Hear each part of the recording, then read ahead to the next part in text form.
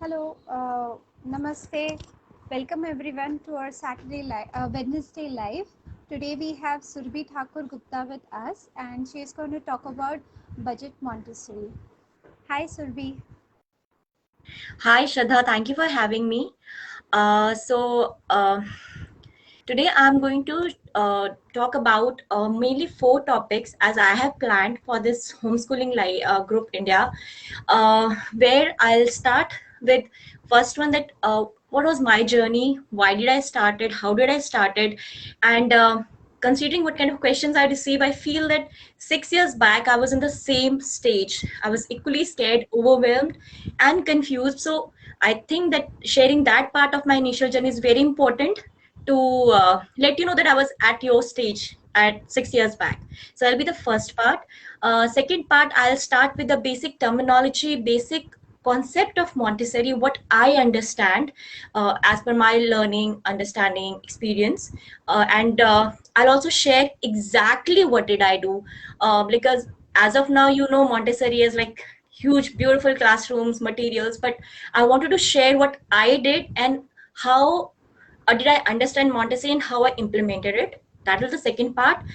Third would be because yesterday on the group, people asked me that, how did you manage? I mean, it was not COVID, but yeah, I had small kids, household chores, and everything like that. So, what was my daily rhythm or routine? I'll just show you or just tell you about it, like how did we roll out in a day when my kids were near about like 1 2 year old. And the last thing, there's some questions which are asked again in the group under the post, so I'll try to address few questions from there. So that will be my plan for this homeschooling group India's live today, and I'll try to address as much as possible as per I understand from the queries I received from the parents.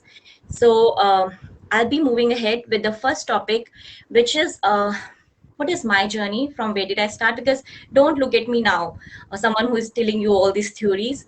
um, I started from a very basic, I'm a first generation homeschooler, and back in 2015. So I have two daughters, one is October 2013 born and the other is November 2014 born. And yeah, no one knows about homeschooling in our family. Every kid used to go to school near about 18 months and everything like that.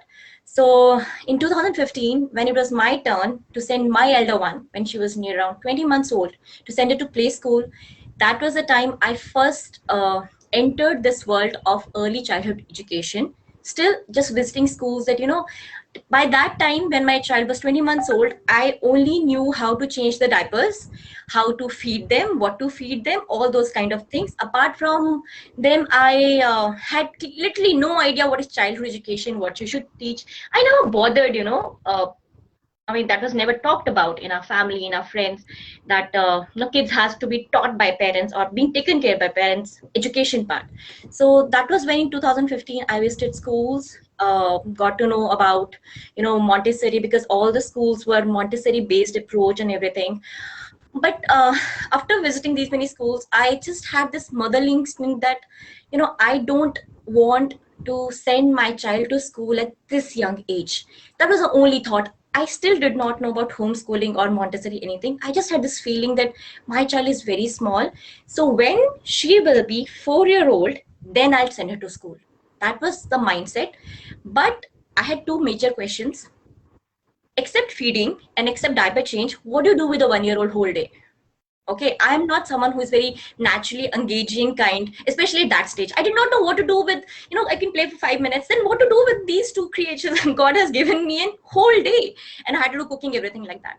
And second thing, I was very scared because what kind of peer environment we'll live with, that if your child goes to school at 4 year old, she will be competing with someone who has been to play school, and you will do a damage to your child. And how will she cope up with a 4 year old? She's never been to school, she doesn't know how you play and how you learn. So yeah, so when people talk to me, I really, I lived it in the trauma that no, I am doing the damage to my child, and how can I and but it was just say that I just wanted to keep her home. So that's what I prayed, and it was a God's calling that a mother in a church, a friend of mine, not a friend actually, just a lady in a church found me, and she said, "Oh, you have two little girls. Oh, would you like to have a book?" And she gave me a book, The Absorbent Mind by Maria Montessori. I can go again and again, I mean, for hours to tell that this book every parent should read. Homeschooling, not homeschooling. This is the first parenting book and the book I recommend to every single parent. Not like how to teach, but it's basically, what to expect from a 1 year old. What is going in her mind? What are the struggles of a 1 year old? What are struggles of a 2 year old? Because they're not verbal. And we as adults can never understand what is going in their mind. So, long story short, I read that book, and that book told me three things.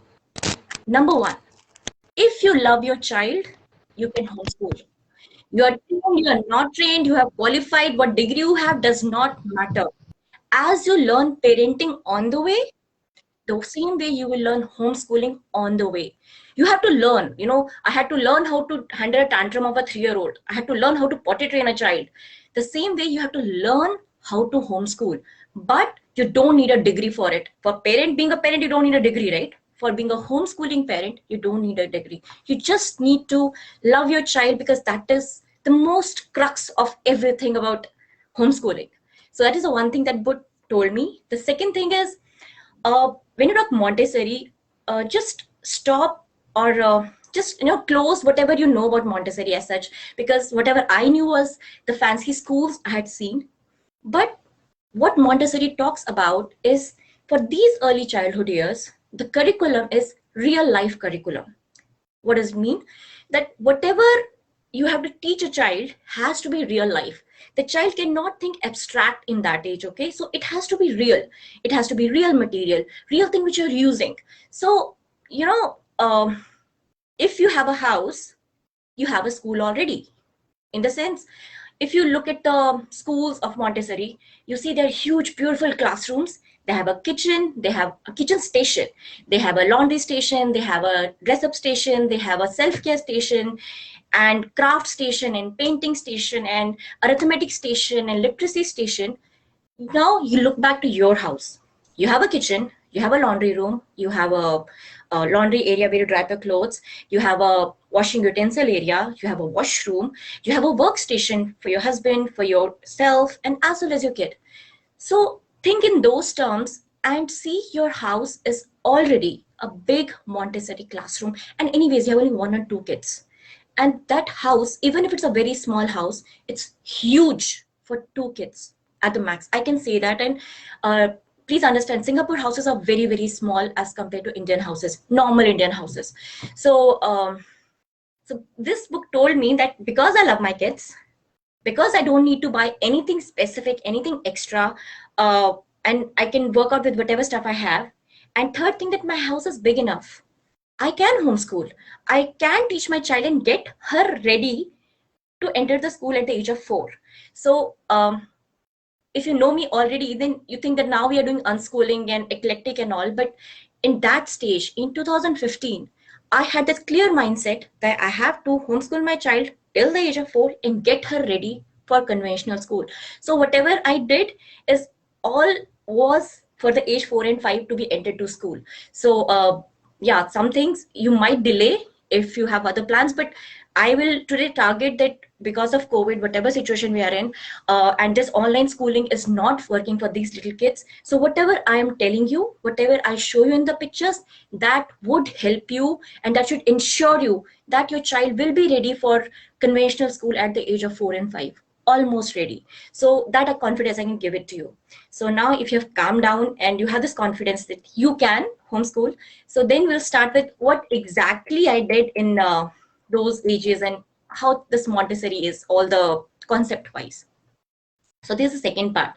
So in Montessori, if you know about it, if you don't know about it, I'll try to explain Montessori in my terminology, what I understood.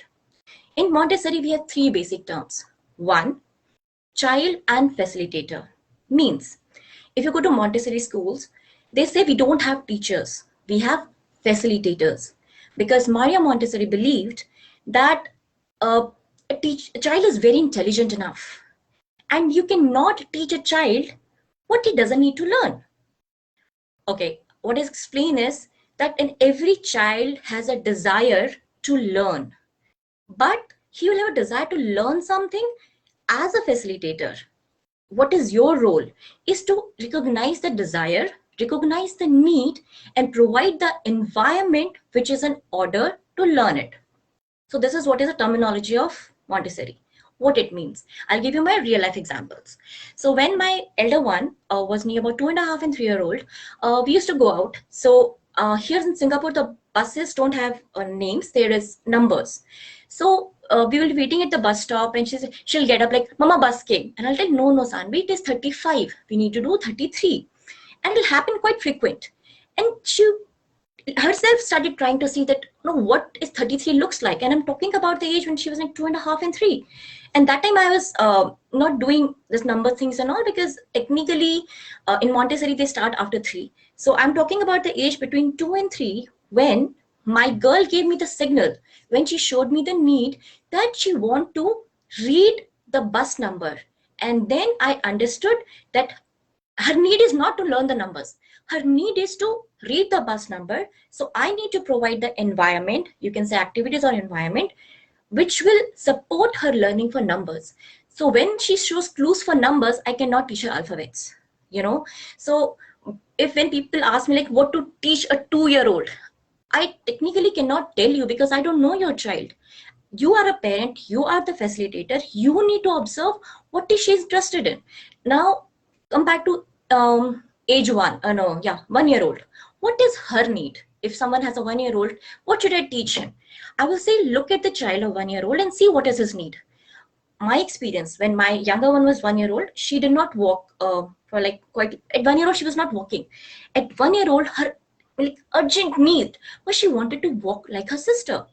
She did not like sitting in the stall, and she really wanted to walk. So for walking, what do you need? I mean, you cannot tell a child who is 1 year old that, you know, put your 1 feet here, 1 feet here, and you'll walk. You cannot teach a child to walk.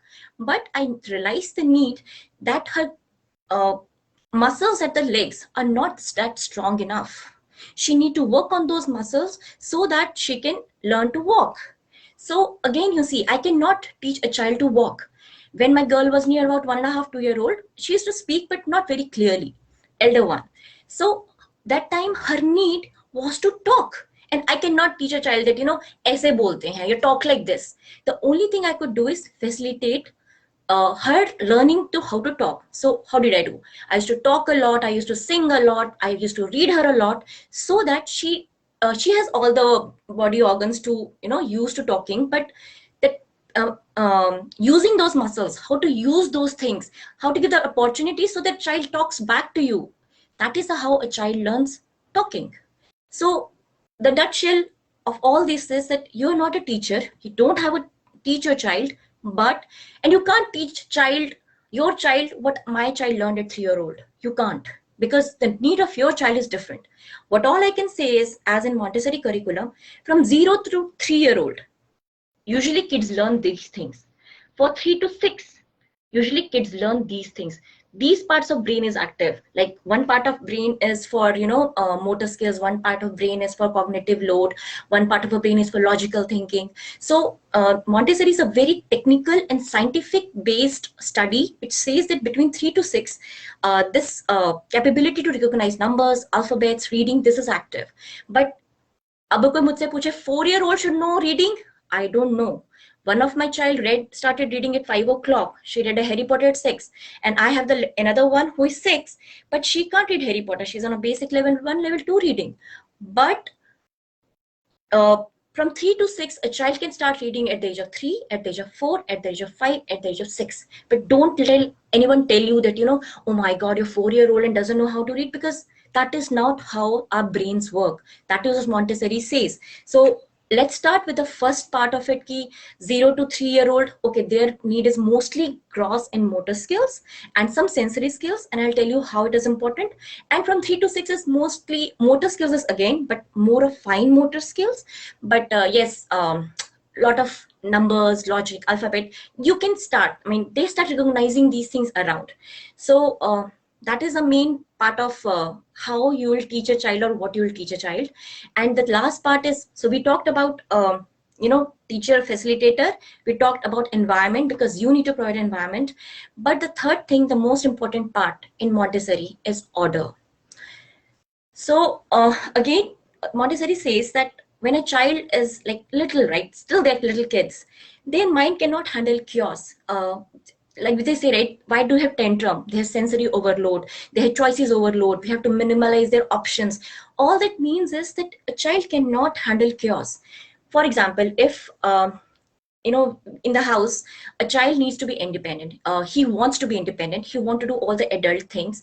So when my 1 year old or 2 year old sees me eating food with a spoon, he would like to do that, right? And it is good because that way he's working on his gross motor and fine motor skills. But if you give him a spoon of adult spoon which is huge size, it'll not even fit in his mouth, it'll spill over. Do you think it'll help a child, or did you enable the child for independence? No. Then you tell a child that, this spoon is huge. Why did he get a smaller spoon for himself? He goes to the cutlery tray and he's not able to find the small spoon because all the spoons are put together. He will have a tantrum or a meltdown. And that all the learning thing or whatever you thought that, this is activity for motor skills, nothing will be done. So I want to clarify, it is not clean house, but it is a ordered house. If you're in the play area, they should be ordered that wooden blocks here, plastic blocks here. So again, don't confuse it with, I have too much work or my house is a chaos. My house is still chaos, but there's a place for everything. If I tell my kids clean up outside, they know what thing has to go there. There's a box for scissors, box for pencils, box for erasers. That's all. So that way they're able to help me. They're able to be independent, and it all these things, independent things, motor skills, they really help later on in academic skills. And that I can tell you because now my girls are in grade 2, grade 3. So whatever they learn in these years about putting things back on its place or organizing things, again, please don't confuse organizing with clean, but putting things in place, this all help later on. And that example I'll tell you again, that I was trying this one division to my elder one, and was telling that you have 6 candies, so you divide among 2 kids. So one candy here, one candy here, one candy here, one candy here. She said, oh, so I need to sort these 6 candies in 2 buckets. I said, yeah, I want you to sort these 2 candies. So look at that, what sorting they did at the age of 2 and 3 or 4. Now they're using the same concept in division. You don't have to explain a child at 7 age that what is sorting. So I mean, there are 100 of examples I can give you, but please do not, whatever Montessori is talking, or what I'll be showing you, the activities of gross motor skills or sensory skills, they will all add up to the grade 2, grade 3 skills. Be it like now my girl was doing measurements where they have to, see heavy, light, a big, small tree, how long is this one, which is a longer spoon. These all are the part of curriculum in grade 2 for my little one. But in Montessori, at the age of 3 and 2, we did sorting of cutlery in our kitchen. I used to just pour all the cleaned spoons and knives and forks in the table and tell them that this is a tray, here you put big, here you put small, here you put forks, here you put knife. And that was a good time pass. And if you see, that is the activity you will see in lot of Montessori trays also. But when I am telling about, I did not set up trays for sorting. Okay, these all sorting skills, I did everything in my kitchen while I was cooking or while I was working, putting laundry away, everything like that. So point is that when you are trying to do Montessori, don't look at shells in like videos and everything, not even mine. Think that what you're trying to achieve. You are trying to achieve gross motor skills. Okay, in my house, where I can do gross motor skills. You need to do sorting skills. Okay, where in my house, what can I tell them to sort? Simple as that. We have a shoe rack. We in an older house. I'll show you the pictures. We have a shoe rack. Where we had levels, that it is dad shoes, mama shoes, their kids shoes, and sometimes I get very irritated. I send them out of the house and then take all the shoes and put them on the level wise. That is sorting. So I'll say this, these are practical life activities which do not need a huge house, huge shelf, huge preparation, but you need to change your perspective that how your child is learning and what is his need. And before I move to the next one, this concept of Montessori is not only for 0 to 6 years. When my kids, we have left the Montessori as such. We are doing something else, but this concept of Montessori, that where you recognize the need and facilitate the child is the same. Now people ask me that, my child is not learning this thing, he's fighting and all. I'll tell you the same thing is with me. Our kids are very outspoken and they ask the question, why are you teaching me? Why do I need to learn this? And what is the need of it? And so there is no use going to the power struggles with them. But one last year, when my girl was 5 year old, we used to go downstairs to buy bread. She'll come with me and she said, Mama, when will you give me my own wallet and give me money and I can buy the bread myself? And by that age, she was not very good at addition subtraction. She was like repulsive to this. Ki, kyun padha rahe ho mujhe? I told her, Sia, this is money. It is not a plaything. When you recognize the number on this bread, that what is the price, and when you recognize what is the note I have, how much change you will get, when you can do all these things, I'll give you your wallet and give you the money. So at that age, at the age of 5 year old, the need of my girl was not to learn addition. Her need was that independence to get a wallet and get the money from mama and go to shop and buy herself. That was her need. I picked it up and I was like, okay, so I think she's ready for addition or these kind of, math operations. So even if she did not knew numbers more than 50 by that, okay, she knew I'll be 20, 30, that, but I started on addition. I started on subtraction. Okay, you give $10 to auntie, the bread is $4. How much you will get back? And all this age, till the age of 6 year old, I'm not talking about worksheets. Please, I'm just talking verbal conversations, activities, verbal activities that I'll give you $10, how much, and then she will try to figure it out. And she did not know numbers. So when people say, what should I teach first? By 3 year old, a child should, 4 year old child should know number till 50, 5 year old should know number till 60. Then we start the addition. There's nothing like that. At least I did not do like that. I recognize the need of my child, and then whatever I can make the learning around it, that's how I proceeded. So and this basis will remain till later years also, be it history, be it geography, be it science or maths, literature, anything. If you want to have a child-led philosophy, if you want to reduce your power struggles with the kids, if you plan to homeschool or whatever, you need to recognize the need of a child, and every child has a need, and then weave your learning methodology around it. Please don't look at me and see Surabhi is doing these activities at a 6 year old, so my child should also do. Please don't do that, because I am catering to the need of my child. You need to cater to the needs of your child. So this is the basic concept of Montessori: need, child-led, order environment, and be a facilitator. Don't try to teach or preach a kid. They are very intelligent. They won't listen to you for a very long time. So that is the second part. Now I would go to the main thing which I think everyone here is for, that what kind of activities did I do when my kids were 1 year old, 2 year old, and 3 year old, or 4, 5, 6. That was the age frame I have. So let's start with a 1 year old, because I started this all Montessori or understood about Montessori when my elder one was 20 months old and second one was 8 months old. They are 12, 13 months apart. So all the activities, I'll show you the photos. They are more of mixed among these two. They are you'll not be able to recognize, but I'll show you which one is which girl. So I will start sharing my screen, and then you can. Okay, so I will share the first photo. So are you able to see my screen? I hope so. So this is the photos of 2016. So if you can, the green ones, you're No, able we to see my can't see screen? yours. No. I'll start. Wait, share.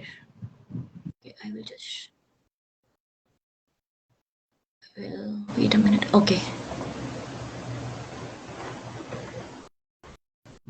So can you? Okay, so let's start with the first one. So here you can see the green. Can you see? You have stopped sharing the screen. Oh, sorry. Enter photos. Now can you see? Yes. So this is 2016. Yesterday just I sat on and figured out all the photos.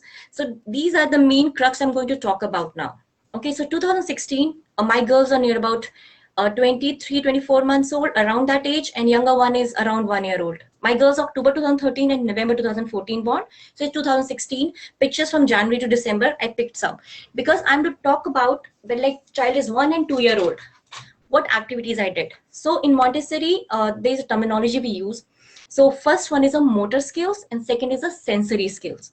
So motor skills means fine motor as well as gross motor. And again, these skills are required or talked about in the age of 1, 2, 3 because that is the need of those age group of kids. They want to walk, they want to talk, they want to climb up, and they want to do all the stuff which adults want to eat by themselves, put their shoes themselves. So the basic child needs to learn is like how to use his muscles of arms and hands.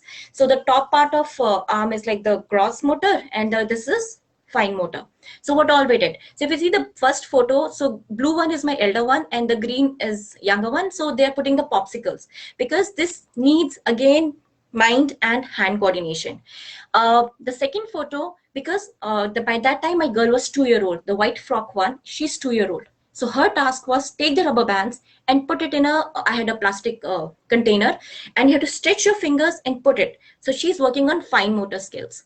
But if you look below, the green one, she's my 1 year old. So I have put the rubber bands already and she has to pull them out. So as a child, she wants to pull all of them out at one go. She can't. Her hands are not that strong. She picks up one rubber band, takes it out. Another rubber band, takes it out.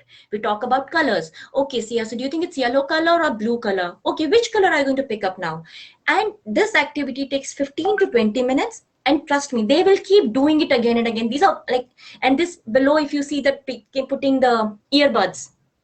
So my elder one, who is again 2 year old, she has very a lot of holes and very narrow holes. But my 1 year old has a bottle with just a little broader hole because obviously she's little. And these two, rubber band and putting these things, was the favorite activity of my kids for quite a long time, and they don't get bored of it. And it is such an important one to focus, to work on fingers, and to mind and eyes coordination.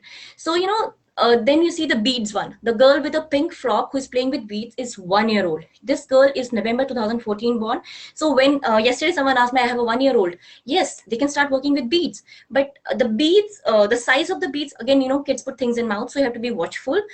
So this is one precaution. What you're putting on the shelf, make sure what you want to what activities you want to do in front of you, so don't let them to play a free play, and what activities you can let them, like blocks or puzzles, like that. So puzzles would be on their shelf all the time, earbuds would be at the shelf all the time, rubber bands would be at their shelf all the time, but beads will not. So that you have to see, but these are in 2016, these are kind of activities. And the little one, so because someone asked me how did I used to chores, so see, I was in the kitchen working. I'll show you what part of schedule was there. I was preparing lunch, and this is my 1 year old who is working with a real Caesar, and I have the noodles we have, right?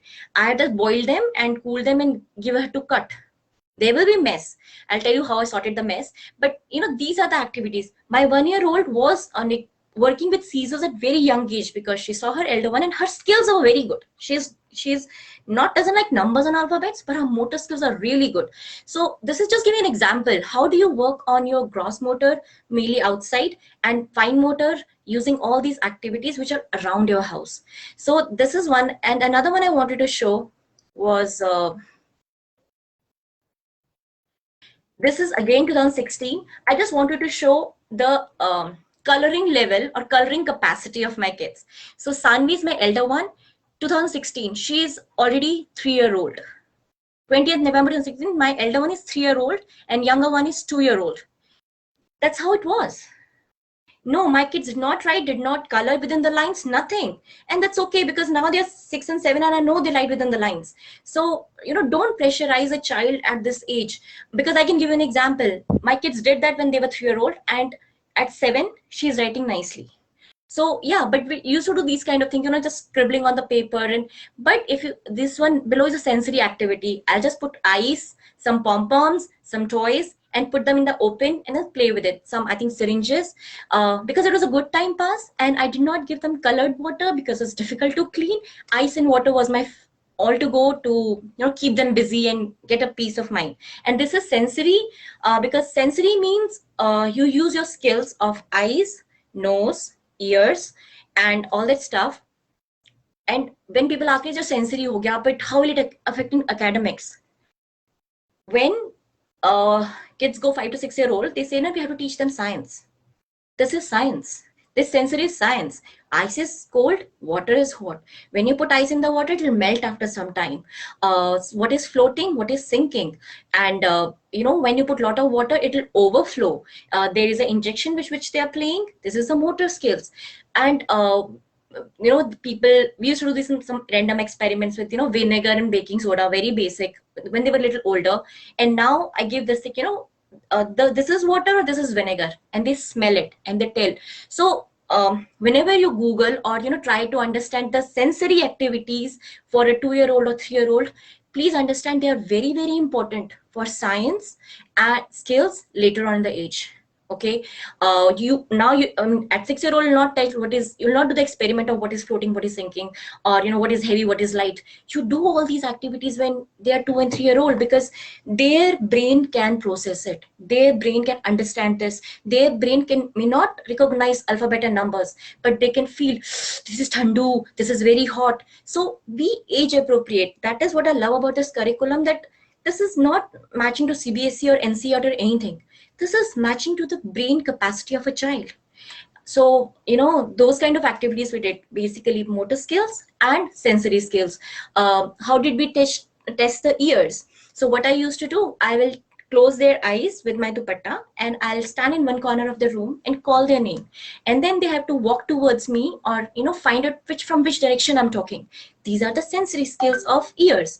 So, you can go on in these examples. How to test the eyes? You feel the rice. You feel which rice is mushy. What is the difference between lentils? When they used to come in the kitchen, what I used to do, I'll put rice in the water and shake, shake, shake, shake, shake, and they will say, yeah, mama, how it feels. Okay, now wash the dal. Shake, shake, shake, shake. I'm not getting any mess, okay? Just shake in the pot when I'm washing this one. They could feel that some lentils are flat, some lentils are a little fluffy. How does the rice is long? That is circle.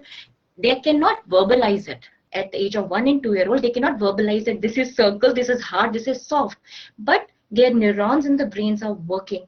The point Montessori or Maria Montessori told was that you need to engage all the senses of the child, because in that age the neurons are building. You have to build as many connections in that brain, and those connections will not come with worksheets. These connections, whatever, how many worksheets you do, how many workbooks you do, those connections in the brain will come only when you use their senses and their motor skills. So 1, 2, 2.5, 3-year-old, nothing, no worksheets, nothing, just these real life activities. And there's two things. Books are the ones I invested the most in my life. I do not have much choice even now, but books is something I just say that even if the child is 6 months old, 7 months old, start with books, all kind of books. And there's so much variety of books. So in all the photos, I'll show the photos of 2016, 2017 and 2018. My kids had lot of books all the time with different things. And I'll show, when I show my schedule, I'll tell you how much we did books and how that has impacted my kids. So this is a glance of 2016 for my kids. And if you see my child sitting, she is my younger one. She's 1 year old. It's a kitchen dining chairs. There's a crib and just put it, तुम्हारा workstation है, चलो अब हम activity करेंगे. Why this is? Because, if they make an activity in the Montessori, they give a tray, because after they make a mess, if a mess is huge, I cannot clean it. So I'll used to, control their mess in a tray, in a table. If they're doing a craft or cutting and pasting, I would try to keep it in a table. So that was the only intention. It's not that they needed a study table or something, but I just needed a space for them to be independent, to have the responsibility कि तुम्हें clean करना है भाई, तुमने cutting करी है और scissor को बाहर रखो, just bringing some sense of order. So that is the nutshell of our life in 2016 and onwards, from January to December. So that is what I wanted to share of 2016. So now my 2016, so my girls are 3 and 2-year-old. Now we move forward to the next phase. So when I told they were 2.5 and 3-year-old, my elder one started recognizing the numbers. So honestly, I was not prepared. Like Montessori said 3 to 6. So I was like, abhi to nahi hui to, why? I didn't study, I didn't bother about it. But then I felt that there is a need of it. She's showing me the need that she want to read the bus numbers. So that is what nobody should tell you कि Montessori में 3-year-old में सिखाते हैं, ऐसा नहीं है. Maybe a child learns at 2.5, maybe, but my younger one, she started at 3.5. So just 6 months before, 6 months after, but before 2.5. Yesterday, someone told me in the group only, homeschooling group only, that my girl is 2-year-old. I show her so many rhymes in, but she doesn't recognize the numbers and alphabets. Dear, before 2.5, please don't expect. You are expecting a lot from a 2-year-old. Till the age of 3, just calm down. You don't need to bother, and give a like 3 to 4-year-old still is still okay. Before that, don't try to teach, and don't expect your child to recognize numbers. That is my request. Okay, so now I'm going to the next phase, which is the academic part, which mostly people are worried about. So my girl started interest in numbers because she saw the bus numbers, and books so anyways we were reading. So it's not that I wanted to teach her reading very soon, but she was herself very much curious to to see that ये मम्मा कैसे पढ़ती है, मुझे क्यों नहीं समझ आता. So she was like, ये लिखा क्या है, what is this? And I'll try to see her, Tanvi, this is A. But now when I realized that she's 3-year-old and I teach her reading, I did not know how to teach her reading. I mean, now in terminology, I have learned everything by sight. मुझे नहीं पता कि 3-year-old को reading कैसे सिखाते हैं. Then started the world of phonics. I was very scared. तो मुझे लोगों ने कहा, people told me that you should get phonics trained. I had 2 little kids. I had no time. There was no way I could enroll a teaching program or phonics program. And the only time I had 1 hour in the night once they sleep. And I was like, I cannot enroll. So what do I do? So there are some YouTubers, some homeschooling mamas. So they have made so many videos. From there, I learned the phonics. And trust me, if you have to teach your child, see, we all speak English, right? We all are speaking. But do you think we know all of the grammar? We don't need to know, right? Because we are not teachers. If you have to teach only your child, that too how to read, you don't need to know whole phonics. You just need to know that how to approach it. So the basic, I have already made a video of it, that I see there are 5 basic rules. If a parent know these 5 basic rules, if he teaches a child or facilitate the child on these 5 rules, your child will read. For sure at the age of 6, 7, that I cannot assure you. Like I told you, one girl read at Harry Potter at 6 and another one reads Bob books at 6. So there is no comparison like that. But phonics. So first major difference, the way, because for me phonics was like, I had no idea. Honestly, I was, as you would feel yourself. The first thing they say that there is no alphabets. There is letter sounds. You don't say it's monkey. You say monkey. So you don't say A, B, C, D song. You say A, apple, ball. And YouTube you find. So point is, you don't have to give your child YouTube. You need to learn that what is a letter sound. So when we'll go walk around, Sani, this is buzz. So first thing is letter sounds that go for 1 year. It takes time for kids to pick up this letter sounds and then all that. One is the letter sounds, Second thing is you should know the blends. That is ka, make cat. That's it. How the blend, how sa, no makes snow. And that is also a journey. It takes time. Then third thing, that basic digraphs. CH make cha. All these 5 rules, whatever I'm going to tell you, are based कि एक 5-year-old जो book पढ़ता है, whatever books a 5-year-old read, most of the words are repeated. Now that's how they become readers, right? All the 5-year-old books are almost similar. The words are repeated. Only 2 or 3 words are new in those books. So basically, you have to develop that confidence in a child that she can read. And then half of the word they'll just read like sight.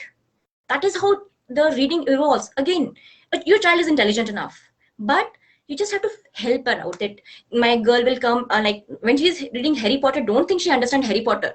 She doesn't understand half of the words of Harry Potter, but because she has confidence, she has read these books, she infers the meaning. I tell people, like, when I read newspaper, I don't understand half of the words in the newspaper. They're so complicated. And I'm a Hindi medium, Hindi medium student. So I have not read any literature in my life. So honestly, English Hindu newspaper, I still don't understand half of the Hindu. But I understand what the news means. This is how we do comprehension. So when a child knows basic reading, he has a confidence he can read, then he'll infer of meaning of a Harry Potter book also. So I'm telling, my 6-year-old read Harry Potter, like, how much? No, she did not understand it. Every paragraph she'll come with 2 words and like, Mama, what does it mean? What does it mean? Half of the words she'll not even understand, but she understood the story. There is a Voldemort, there is Hermione, there is this and that. And now in the age of 7, 8, she's revising the books and now she's actually understanding things. So, be very realistic. Think about we were not phonics trained. We learn to read. I still can't read Hindu. That is my skill level, but I can talk in English. I can write in English, and that is what my level is. Soon, the more I practice, the more my child will practice reading and writing. They will figure out. But the love of books is not for reading. The love of books is for learning. My girls ask me, like, what is a plant or whatever. I refer to a book. So I am not worried that when my child will love reading, but I worried that will my child will look for answers in a book or not. I want them to fall in love with books at the age of 2 and 3. I don't want them to learn reading. They're two different things. So once a child will fall in love with books, he will learn reading at the age of 5, 6, 7. But that is an effort, and a very strong and exhausting effort from a parent front to make your child fall in love with books. Because later on, you have challenges. Even now, my kids are 7-year-old, they can read Harry Potter, but they'll not pick up any chapter book or any non-fiction book. And parents are like, so even now, yesterday I finished a Neil Armstrong book because I kept it. Then son is very interesting. He was on the space. He said, Mama, it's okay. It's not Harry Potter. I mean, what's so interesting in it? And I literally sat down like continuously 1 week to finish the Neil Armstrong, to just tell them that, space is so fascinating. So you have to keep reading till the kids are 11, 12-year-old. I have met homeschooling parents who say that, you have to read Surabhi because they'll not read everything themselves. And you want kids to learn literature where all the kids use all the junk novels and everything. So you have to, so in homeschooling, we have that read aloud time, which you have to do till your kid is 13, 14-year-old. Okay. So get ready now, because then your kids will fall in love with literature. They'll fall in love with science. They will love plants. They will love everything. They will just love the autobiographies also. Now my kids love that. We love Neil Armstrong. And they have not read the book till. But only I read aloud and told them, so that is okay. So don't focus कि मेरा बच्चा पढ़ना कब सीखेगा. When will you read a book? If your child is going and picking up a book and telling Mama, read for me, you're doing awesome, because he wants to read, and when he has the need to read, he will read. Ab you cannot force a child to read karo. He should have a need. That's what, right? They will fight back. They'll not fight back at the age of 4. They'll fight back at age 6. They'll have a power struggle at age 7 because they don't love books. And that is the biggest challenge. When people ask me, oh, how can I teach phonics? I said, does your child love books? If he loves books, he'll learn phonics. If he doesn't love books, there's no way. The same goes with numbers. That in Montessori in maths, Montessori is very much famous. The only core concept in Montessori maths is things are hands-on. If you write on a paper number 2, it doesn't make any sense. It's just a figure, a drawing. But when you give a magnetic number 2, whatever which is 3-dimensional, a child looks like, oh, this is how 2 looks. This is how 2 looks. Oh, this is how 2 looks. So that makes different neuron connections rather than a paper just pe 2 likha hua hai. So get that concept. Even now we are doing multiplication and division with my 7-year-old. She can't understand when I write on a board and tell, this is how you multiply it. 7 2s are 14. It's like, why? Why does 7 2s are 14? I mean, what does it mean? Then again, I have to go back to manipulatives and bring us, see, this 7, I put 2 times. So count them. It becomes 14. How we write it. So that is why Montessori math is so famous. And people always like, maths you should teach by Montessori, because the connections which hands-on things make cannot be done on worksheet ever. So these till age of 6 years, please don't go to the worksheets. I mean, I show you the worksheet of ABC just for coloring paper, but don't think my kid learned A from there. No, they did not. They learned A when they held the foam letter A in their hand and they figure out that's how you look. So don't be scared of phonics and Montessori maths as such. The basic concept is phonics you have to learn, which is very easy for a parent, and maths keep hands-on. And again, people say, what kind of manipulators? I'll tell you, I have used the tamarind seeds as manipulators because my kids were very interested in using them. I have used stones on the road to, because they just wanted to, they'll collect so many stones. Mama, can we play with them? Okay, let me show you how many stones you have, how many, and it's still the same. I have not bought the Montessori, multiplication board, and I have not bought, and still my kids are good at maths because that's how we do. Okay, we do with candies. We do with candies. Okay, Papa got 5 gummy bears. Divide among 2. That's what we did yesterday night. Sunny, 5 candies. I'll give it to you only if you divide equally and tell me in fractions how much each of you will get. And they were like, okay. And then, Mama, 2 and half. I said, so this is called 2 and a half. So manipulative means anything which the child can touch. It doesn't have to be wooden and beautiful. Obviously it should not be clumsy, but you get the concept. Just hands on. That's all this Montessori say. Maria Montessori was not that rich. Okay, if you read her history, she was not that rich. She was teaching the kids of the factory workers who were living in a very bad situation. So she didn't have any expensive things. Now, lot of marketing. That's all I will say. So just, you don't need to buy anything. Just look around what a child can fit. Okay, this is one pom pom. There are two pom poms. Okay, so this is one. Is this hand? There are two. So child can see visually. Don't draw on a book and tell and expect कि तुम्हें पता नहीं चला ये one है ये two है. When a child will feel that how two pom poms feel and how one pom pom feel, he gets it. What is one and two? So that is what till the age of 3 to 6 you can say you can expect a child to show interest in numbers, to show interest in alphabets and reading. Again, I'm saying show interest. How you take it further is up to you. And again, I am the live example that one girl is so good at maths, one girl is not interested in maths, one is so good at reading, one is not interested in reading. So it's not my fault. It is what my child's needs are. Maybe one day she'll say, Mama, I want to learn reading and I want to read Harry Potter. As of now, she doesn't feel Harry Potter interesting. She's like, nah, it's okay, I don't want to read Harry Potter. One day she will feel that I really want to know Harry Potter and I want to read about Voldemort. So she will read chapter book that day. So just focus on the needs of a child, because there is no use going through a power struggle. Parenting is a long journey. You'll not win anything in 1 year or one topic. So let's build a relationship with a child. Try build a habit of recognizing the need of a child, and then help in learning, be it history, science, geography, and 100 of subjects that will come later. So that is my sincere request. And apart from the Montessori, we do geography, science. Again, it did not make much sense to me, because except moon and sun, my kids could not see anything. They still could not feel, how can you say earth look like this? And that made so much sense to me. It is so abstract concept. They have not even seen sea. How will they say what is oceans? So I kept all of that aside. I just showed them, this is India, this is Nani house, this is Dadaji house, this is here we live, and we have to cross a sea to reach India.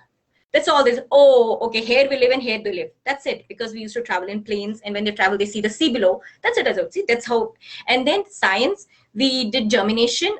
So I'm not a gardener, nor do have space. But yes, this bean sprout, chana sprout, dal sprout, just like that, whatever you see, it's sprouted. And they will just simply, a child, what they visually see, they're so fascinated. Oh my God, it was a green thing yesterday and it is a white today. I said, see, sometime we'll put even mango seeds in soil and something will come out. I don't have any tree till now. But my kids have a habit that on the way walking to the bus stop or anything, they'll pick up seeds from the trees. Mama, let's put it in the soil and see what happens. And I have so many random plants in my house which I have no idea what they are. But they said, Mama, I got the seed from that place. Now it is the leaf of that. And I'm okay with it. If they know what is leaf, what is a root, how it germinates, I think they're good enough to do till P3, P4 level. That's all the science they need. They don't need to know how the water transforms this to this. They just know that seed has to be put in the soil and it will germinate, because seed is the one. That's it. That's all. And again, now I'm telling you why. Because I am checking the curriculum of P3. In Singapore, the science starts at P3 level. So I'm checking the curriculum, and it's a basic thing. What is living thing? What is non-living? What a plant need to survive? What a human being need to survive? All these basics, this were already covered in Montessori at the age of 5 and 6. Yeah, my kids don't write. They can't write the answers that, we will die without oxygen, but they know that we need oxygen. So, first, people ask me that, Montessori is okay, but, they will never be able to catch up with the conventional schools. No. Montessori is a very, very basic and scientific thing. Everything which you see in P3, P4 curriculum is done in Montessori at the age of 5, because Montessori did not work on worksheets. It did not focus on writing pages and pages. It focused on learning what a child can see, feel, and, at the age of 7 and 8, all the science should be hands-on. Come on, science is hands-on from the age of 5. Why can't you do those hands-on activities at the age of 5, like germinating a seed, or taking care of a plant, or just dissecting a flower? Why can't you do that at 5 rather than just keeping it for biology level? Doesn't make sense to me. Which animal should we eat? Why do we have ants in the house? Why there is cockroach? My girl told me, Mama, I don't think we should kill the lizards because they'll eat the cockroaches. I was like, yeah, that's a good idea. Let's not kill the lizards in the house. So, that's what I'm telling. Live real life. till the age of 6, just live real life. Don't get bombarded or worried कि school जाएंगे तो नहीं होगा उनसे. हो जाएगा. If you are focusing on their needs, हो जाएगा. Everything will be online. So that is what we did. So this is the whole technical part. I showed you the activities, but I have to show you the activities of 2017 before I go to the further part. So 2017, again, I'll give you a reminder that November 2014 and October 2013, that is the age group I'm talking about. So you can see my screen now. So this is also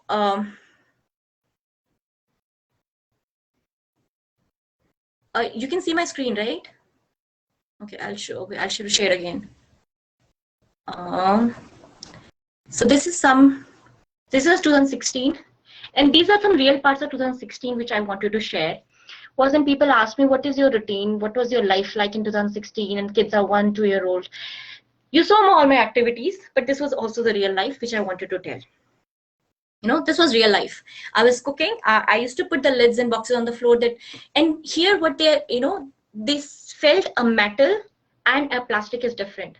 They felt the texture of this ladle I had. They see the different lids fit on different boxes. And this is a mess which I allowed to do in the kitchen because it was easy to clean. I was working on my food, so I was peeling ginger and garlic, and they had the blocks below, and I have all the mess and everything. And yeah, that was real life. I told them to put all the shoes in the shoe rack, so they opened the shoe rack itself, and I told them fix it, and they took 1 and 2 hours to do all these things. And in the end, I had to really, do some sorting myself. But yeah, that's how I kept my kids actually busy in 2016, because kids don't read whole day, they don't study whole day. You can't teach them whole day. You have to live a real life. Our life is not fancy. It's a very, very real life scenarios. And this was my house about in 2016. And these are the memories these are the real life memories. Don't look at only the Montessori photos and activities photos.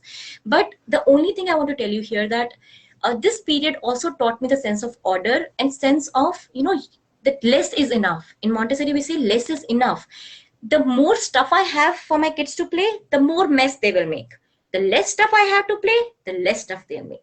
So even if you see the first photo, there are blocks, 2 baskets are there for the blocks, and the books are there, only 3 books are there outside, and some random stuff. And I think I'll not take more than 5 to 10 minutes to clean this mess. So that's what we buy a lot of books for our kids, but think of sense of order. You cannot just put a pile of books there and tell them ki ab read karo. Aisa nahi. You have to put those 5 books, only 5 books you have, in an order in a shelf or just put on the floor and let them explore. And even if they make a mess, if they do not put an order back, or you have only 5 books to put away. The major problem is that when we want to buy books, we buy a lot of books. When you want to buy toys, we want a lot of toys. No. So even if you buy books, you have a lot of books, please do the basket rotation system. Put 5 books out, 6 books out, depending on the capability of your child or your patience to clean up. All those factors will count. But that is what environment is in your hands. Cleaning and keeping in order in your hands, and that will really, really ease your life.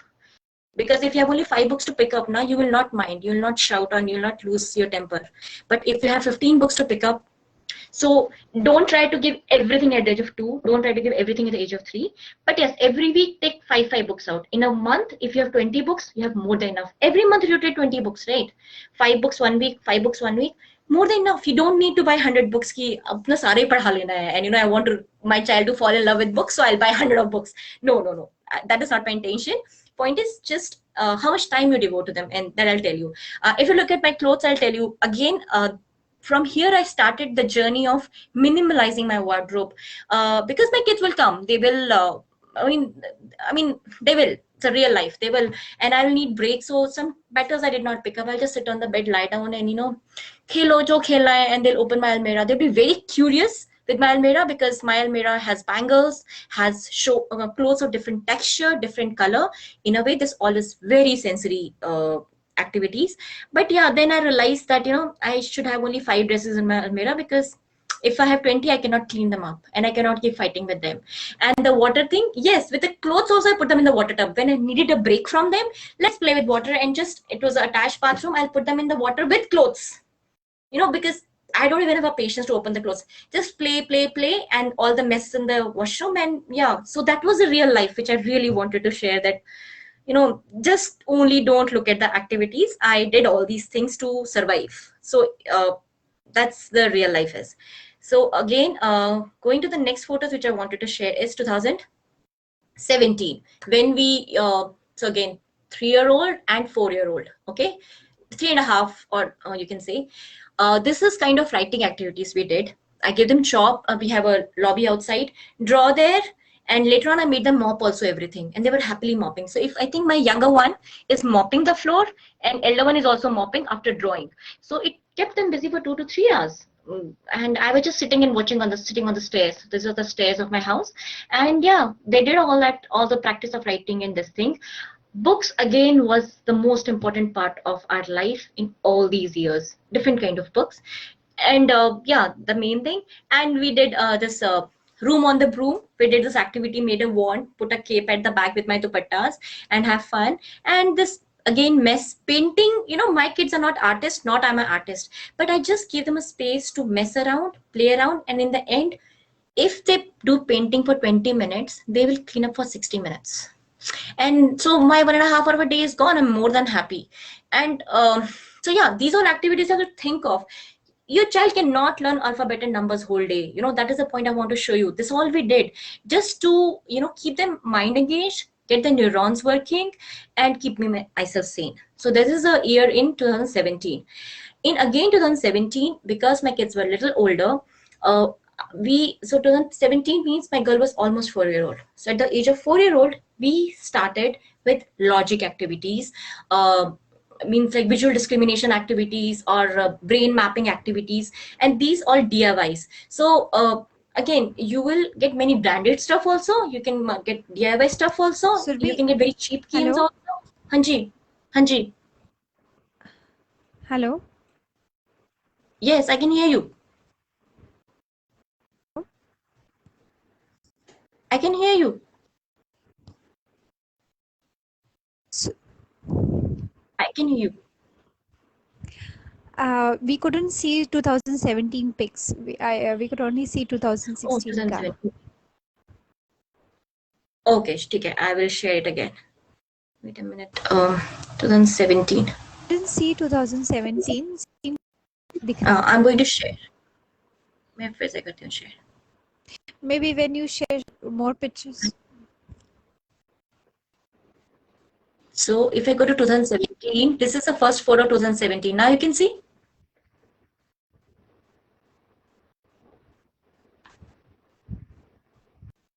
You can see 2017 now.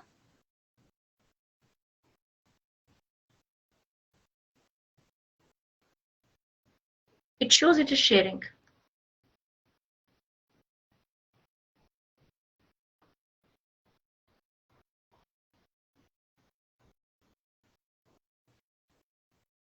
Can you see?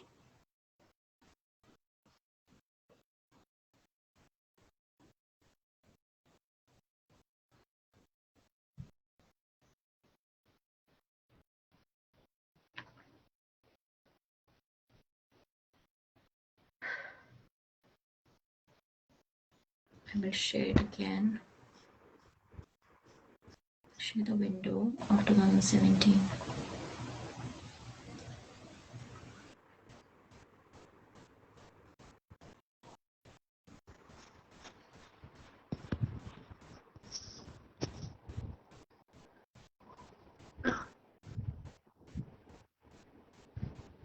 Can you see it now, Shraddha?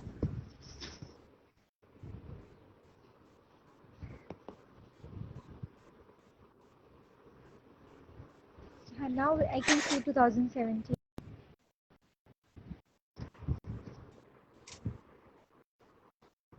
Okay, so that's what I'm talking about, because my kids were now 3 and 4-year-old, and they had Now shown I can interest see in numbers and 2017 drawing and motor pictures. skills. So these motor skills, yeah, so October 2013 and November 2014. So they're more 3 and 4-year-olds. So they had control on motor skills, but they need to keep practicing. But again, you cannot do all the practice whole day on a paper and pencil. You have to find, if not on the wall, not on the floor, do on the walls. In the side walls also we used to do it. I don't think it's clearly visible, but just on with the chalk. And then you should wash the walls, whatever it is. You have to provide different surfaces for giving them an initiative or giving them an interest. So practice writing. And I'm not asking to write alphabets. Just work on the motor skills. They will write at the age of 6 and 7, whatever within the lines. But when kids say, right, the 6-year-old is struggling, I always insist that, are you sure his motor skills are developed? Because it hurts. When you write with a pencil, it really hurts. So if your child has not developed the appropriate motor skills, no, he knows everything, but he'll not be able to write because his fingers will really hurt. So these all skills of mopping the floor, drawing with a chalkboard on different surfaces would help in these skills. And at this age, do not bother about the shape of A or the shape of B or just semicircle or not semicircle. Just focus about, did your child use his hand motor skills today? Yes or no? Make sure one day you have some activity where he uses hand motor skills, because you have to keep doing it till the age of 6 and 7, till they're ready to, like, okay, now we can write. Because struggling with these problems with a hand at the age of 7, it's very, very hard, because that time you have to focus on much more academic stuff, full curriculum stuff. But at this age, you have all the liberty to draw as much as possible, on the board, on the floor, on the wall. So I'm just giving you a nutshell. We literally did these kind of activities, not much pen paper. Reading was always a part. I told, again, fun thing like room on the broom, just again falling in love with books, and some, message paint, and ask them to clean. When you clean, right, clean the wall.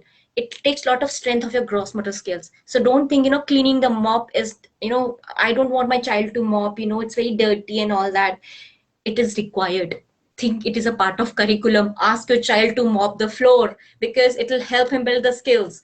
So I mean, that's how Montessori rolls. That in the kitchen, if you say Montessori classroom, the same thing, right? They make a spill, they're supposed to clean up, they have to fold their clothes, and they're not perfect, but you give them the opportunities to use their gross motor skills and fine motor skills.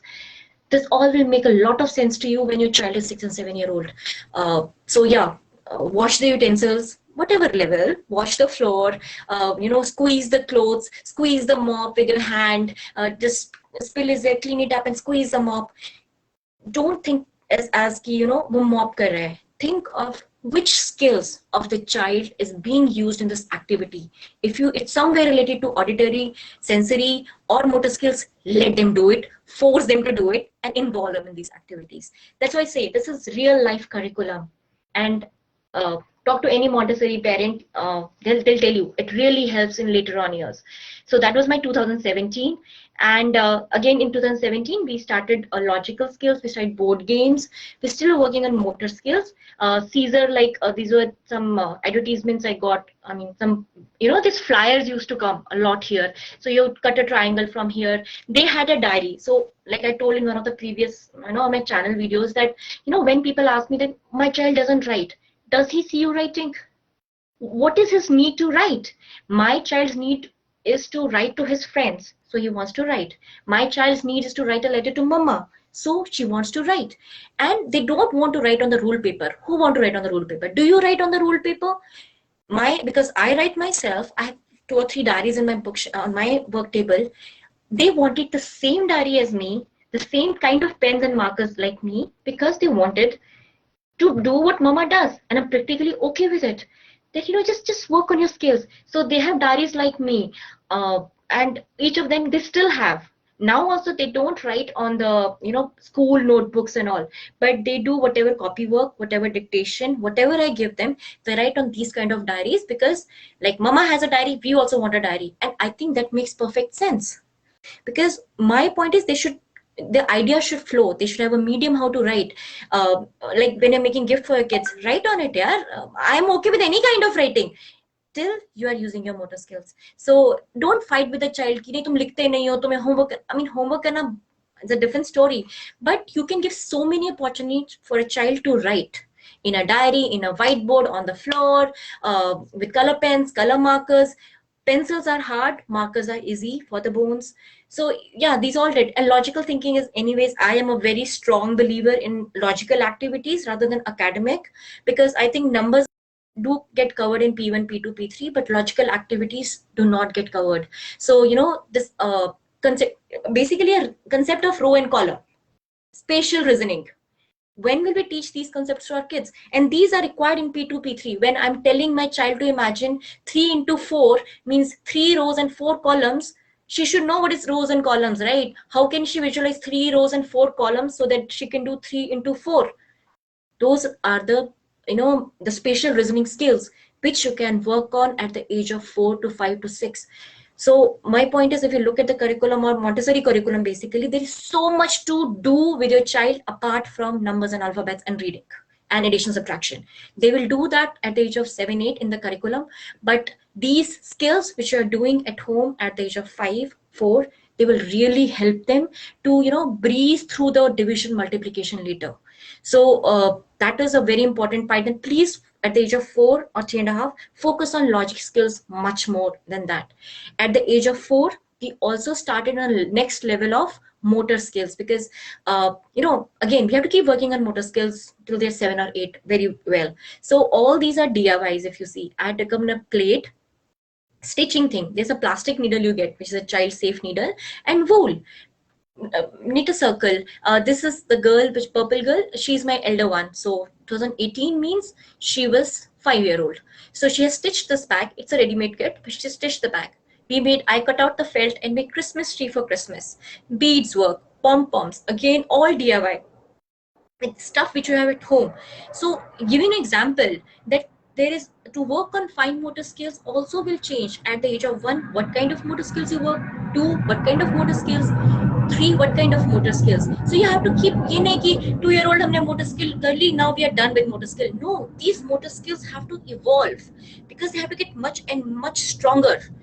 A 1 year old will climb up 5-step ladder, and 8 year old or like 6 year old is expected to climb the full structure in the park. You are working on gross motor skills, so why not fine motor skills? So stitching is one of the, because the wool is very sensory, wool is lot of colorful and soft. So this is one of the best mediums for fine motor skills at this age. I have wools of all colors in my house. Just now we are doing weaving, now we are doing cross stitching. So these all are working on the muscles, because you cannot make a child write uh, for hours so that he learns writing, or so that his muscles or his hands get used to writing. You have to work on muscles, but find and think of another way to work on muscles so that he can write well without a power struggle. So that is 2018. And again, 2018, these are the activities mainly for my younger one, because she was learning the phonics. So all these are DIYs. If you see, at the bottom is a logic activity, this row and column. Apart in between, there is this pattern activity with different kind of blocks, beads, whatever, different color beads only. And she's trying to do the pattern, understand the pattern, refill it. This, if you see, with the pen and paper which is on the notebook, they are again a spatial reasoning activity, which is written at the top, copy below. What colors I have used, follow the colors. Imagine, as a 4 year old, how much pressure he has to put on his brain to process the colors and then make sure that he does not goof up the row and column. So and this is much more important. If you see, when they grow older, they have all the abstract concept of space and moons and stars. So they need to start thinking abstractly in a way, right? Not like a aise likhte hain, that's all. No, they have to develop their brain muscles also. So these logical spatial reasoning activities are much more important, along with phonics and everything else, but people usually ignore them, and which I really feel that is the important thing at this age. So we are doing again with dot stickers the patterns only, to copy the pattern, and the first sound, letter sound. So yeah, my younger one was doing all these activities at that age. So that's this 2018. And again, I was talking about board games. 2018, we started with Spotted, Snakes and Ladders, and Sequence Junior, and many other games I have. Because again, you cannot read a whole day, you cannot teach whole day, you cannot do writing whole day. You have to find alternate ways to play with numbers. to play with mind skills, to play with, teach about carnivore or herbivore. Just think on those lines. Just don't Google only how to teach numbers and alphabets. Google how to develop cognitive skills, how to develop playful learning. Keep it playful. So snakes and lead is such a big example of following a sequence. When my girl will do, she will do excuse me, sorry.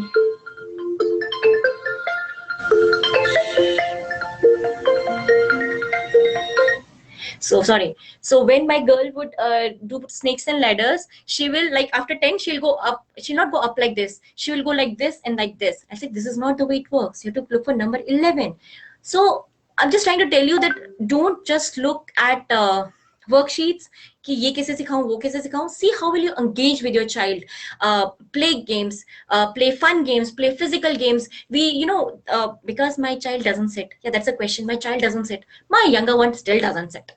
She is a kinesthetic kind of learner. She doesn't sit. So what we do, we play games in the sense of sorry, my window got locked.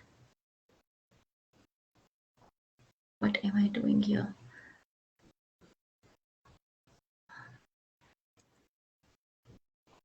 So what we do is, we both will sit in the different corners or different sides of the room, and I'll throw toys or like ball from one side to another. And that's how, when we push our hands, we work on our motor skills, we work on our gross motor skills, and then we revise numbers. We play, okay, today I'll tell all the carnivorous animals. So the one who says the first herbivorous animal will be lost. So yeah. So, just get innovative, just search, Google, but my point is just to not focus only on alphabet and numbers and reading at this age. There's so much other fun things to do with your kids from the age to 0 to 6. Okay, that was the core. And now moving to the third part is like, what did I exactly did? How did I manage life? How did I survive? Setting very realistic expectations. They will not map very well because it's COVID. But I'll tell you a schedule which I could think of when my kids were 2 to 4 year old, because I know we lived in one particular house and what we used to do. So on that basis. So first, two major things I'll tell you. When you have little kids, 1, 2, 3, 4 year old, who are very, very demanding, very, very demanding, very, very clingy, and just like that, there is something called filling the bucket. When parents tell me, my kid doesn't let me breathe for a minute and all that, I said, did you fill the bucket? Now, when I have to work on this presentation, I was like 1 to 2 days, I was just thinking, just not thinking, just, structuring it, talking to people around on the homeschool group. I was just thinking, I need some peace time of 1 hour where nobody interrupts me. And then, like, how will I get it? Because my kids come after 10 minutes to me. Ki mama usne usko maar diya, she did this to me, she hit me, she did that. So I said, okay, girls, let me play with you for some time, and then you'll give me 30 minutes. Why, mama? I want to do my work. So 30 minutes, I sat with them, I played all the games. We have a lot of card games now, and rat-a-tat-tat or Uno or whatever.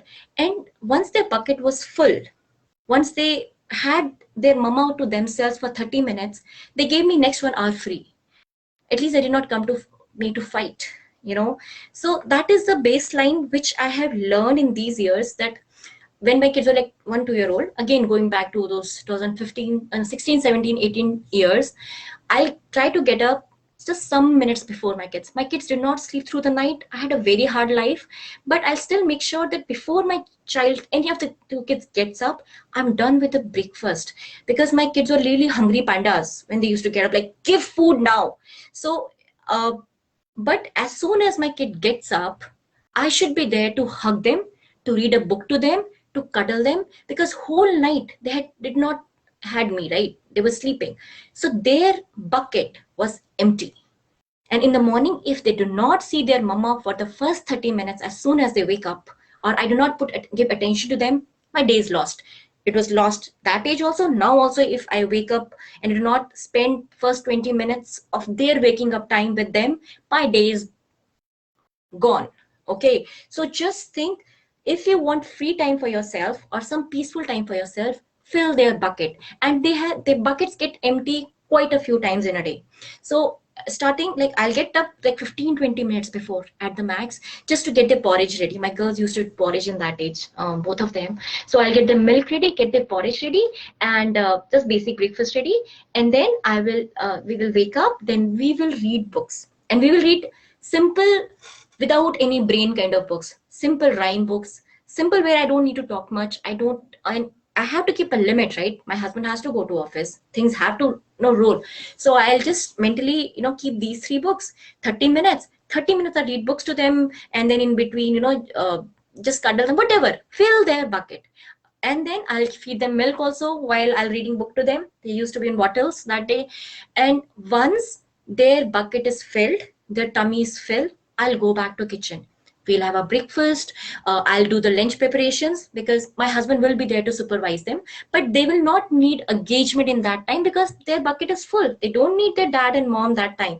They'll be busy exploring the house, because whole night they did not get a chance to explore the house. They will just busy exploring. So that was a time when I will actually work in the kitchen, major work. Then it was my husband has to go to office. So yeah, we used to go out with it, and okay, let's drop papa at the bus stop, or let's go to papa's office. It was walkable. So because in the morning when kids get up, their tummy is full, they had milk, they are just too much energy. They just too much energy, and my mind was not ready to handle them. I wanted them to calm down before I do any activity, because they will be just so much jumping and bouncy, and that is not the way I can teach a kid. So that was very important that I get their morning giggles out before I go to a Montessori shelf. Because if you see, Montessori is very calmed place. My kids were not like that. They would be like jumping around, dance, ye wo. Bhai, let's go out, play for 15-20 minutes. Just go in the sunlight, walk, and these kids get tired after 15 minutes of walk. Once we come back, they're calmed down. They're like, whew, okay, now things are better. I'll give them a snack, and then I will sit them for the morning activity, whatever shelf work, maybe beads or whatever. Then I will again, this thing, thoda sa snack bhi khila diya, and then I will go to my kitchen. Because again, I fill their bucket, played with them, go to kitchen. If they want to play in their Montessori shelf, let them do. If they follow me in the kitchen, I'm okay. And you saw the photos, right? I will do all the sensory, messy activities during that time in the kitchen, because I know after lunch I have to clean up the kitchen. My house was not full clean. Kitchen I'll clean only after lunch, because that was my time where I'll give them the noodles to cut. I will give them the roti dough to play around. You make a roti on the dining table. And because I knew after lunch anyways I have to clean up, right? So it's okay, make a mess, whatever mess you want to make. There will be a tray, obviously, but yeah, there will be spills. There will be some noodles falling out of the table on the floor. So when they will eat, anyways, the food will be thrown on the floor, right? So that was my, like, those messy sensory activities were kept that time inside the house while I am cooking. When I am cooking, I don't want any child around me because things are hot.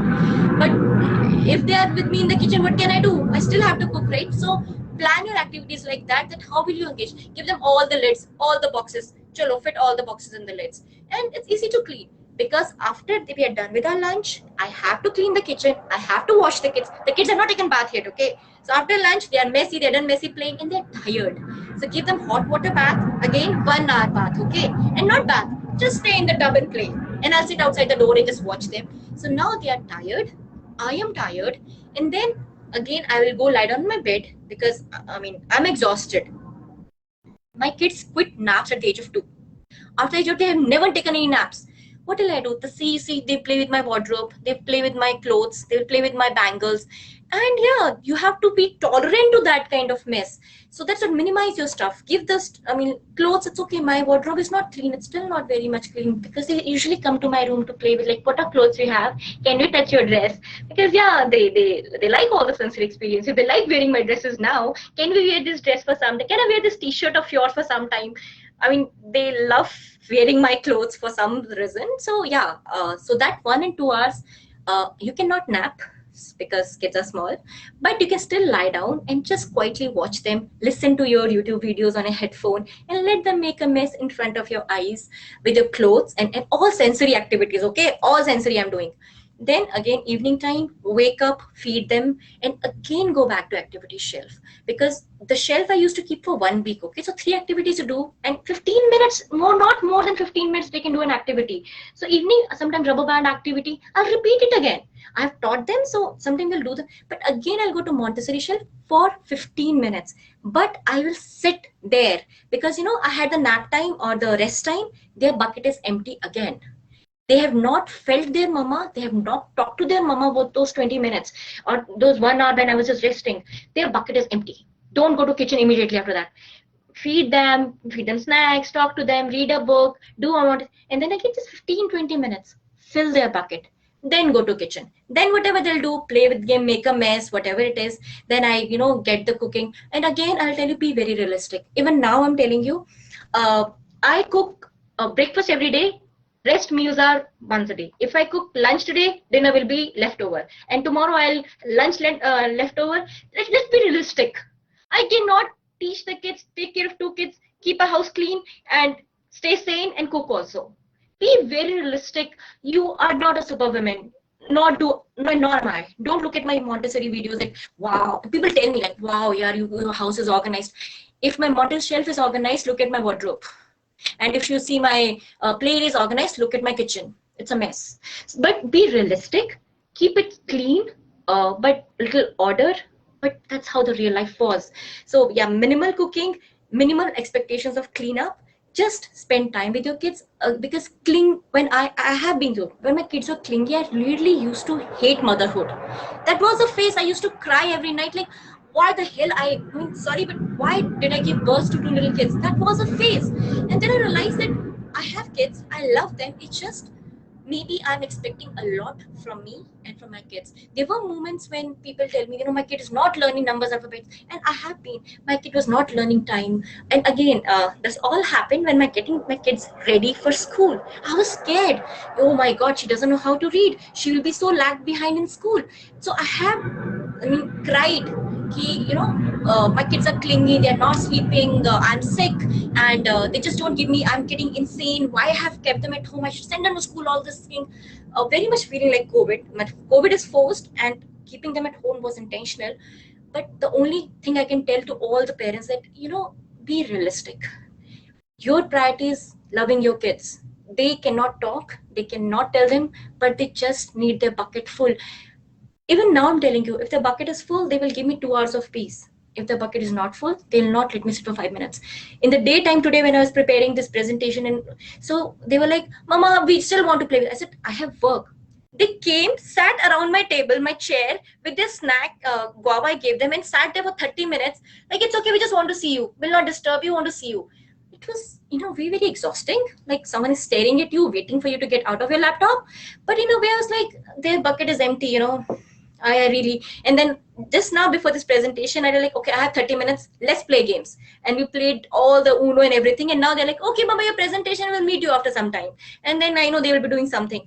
The basic concept from the age of 2 to 6 to 7, you have to fill the bucket of child first, then you can think of your bucket. Otherwise, they'll put a hole in your bucket and you'll never get full. So that is the, and then when no activity, we read books. We read books in and out. I mean, I have the most investment books. So get second-hand books, get deals books, whatever books, but give books. Books is an investment you never regret. So that was all our schedule was like 2, 3, 4 year old. And so just pick up what things you can put in your life, what can help you filling the bucket, having realistic expectations. And outdoor is not possible, sure, but still, that kind of thing. And so that was the life. And last thing, which again, one of the parent which I was like, how many hours did you spend teaching them? So first thing is I did not teach. And that's a question asked at different levels. Even like 7-year-old ko, how much time you spend? I always tell them that it doesn't matter how much hours I have to teach them. It is about how much attention span they have. Until the age of 6 and 7, there is no attention span more than 15 to 20 minutes. No way. If you even make your child sit for 2 hours, his attention will be broken after 15-20 minutes, and it is a scientific process. It's a scientific phenomena. So I will be around them, like I showed my schedule. I will be around them, but my dedicated time slot will be 15 to 30 minutes. There'll be pockets of 30 minutes in the morning, in the afternoon, in the evening, and this still remains the same now. I have a pocket in the morning to do the schoolwork, then I have a pocket in the afternoon to do read aloud, and I have a pocket in the night to fill their bucket before they go to bed. So, what you want to do in 30 minutes, that is entirely your choice. But I do not teach my kids whole day. First, you can't teach, and second thing, you can't be with your kids whole day. You have a house to run. So, but fill their buckets. That is one thing. And then they say all this clinginess and all these things will go away if you fill the bucket of a child. But so I'm not telling what 1 or 2 year old. I used to carry my 1 year old while cooking also. So those are the like some changes. But if you fill the bucket of your 4 year old, 5 year old, 6 year old, they will do independent play later on. And also, we do not have screens in our house till now, but we did audiobooks. We did audio podcast. We did audio stories during COVID, especially when I needed a nap or like 1 hour because things were really stressful. We used to play audio stories from my phone on the speaker. So that helped me a lot when the child is like, you can lock the room and let a child out and it is safe. So instead of giving screens, because I mean it's a personal choice, but then audio stories is something which I suggest to every parent, especially during COVID. They are I mean like yeah, that is a very fun way to engage the child. Child will be scribbling, drawing, and will listen to audio stories, and you'll not see your child for 1 hour. That is a very important thing, because in COVID, that was also a phase that I did not want to see my kids, because yeah, that was the phase. I didn't want to see my kids for 1 or 2 hours in a day. It was like that. So that is what, lock the door, stay out, listen to audio stories. I'll come back to you in 1 hour. So these are the practical things I tried with them. And so just love your kids, read books to them, just recognize what is the need, just see what you can do for them, and just try to live a real life. And think, no one life is fancy. Don't look at my YouTube channel or someone's. I mean, social media, don't look at that. Just see how you can be happy. What is your need? My need is peace time. Figure out how you can have it. Your child's needs is mama's touch. See how can you do it. Worksheets, this all will follow. So that's all I wanted to share, that this is how my life is till now, how we learned. And now my kids in grade 2, grade 3, so I'll tell you, whatever I did, whatever you saw has worked out. They read, they write, they know maths.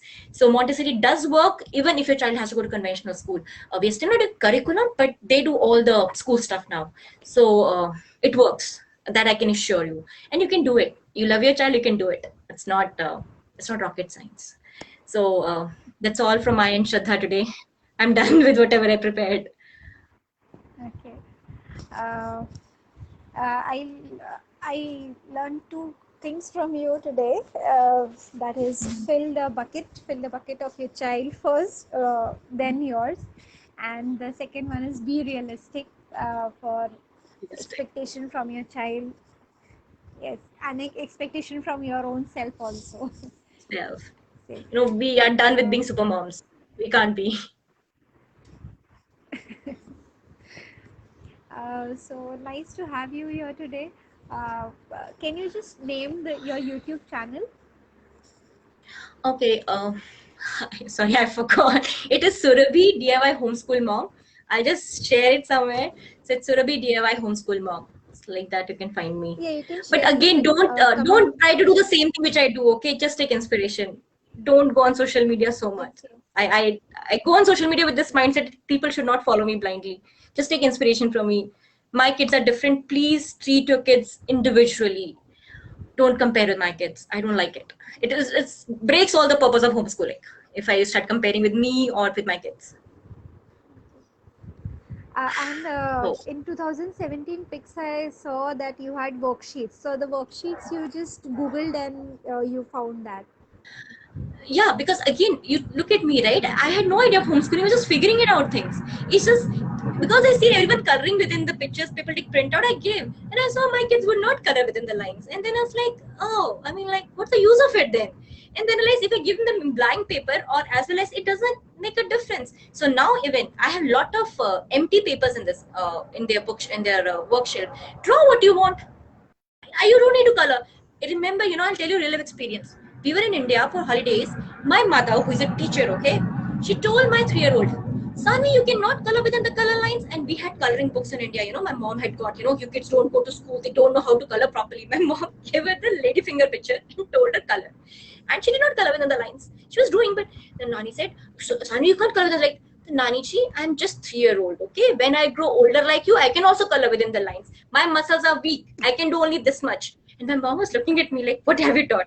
So in a way, it was blunt. I was like, I told her because, this also happened that when they saw me coloring, they're like, Mama, you color so beautifully. And I told them, because your muscles are still chotu, baby, when you grow old. And the same she repeated to my mother. So think about confidence, right? Who are you to judge them that why you're not coloring within the lines?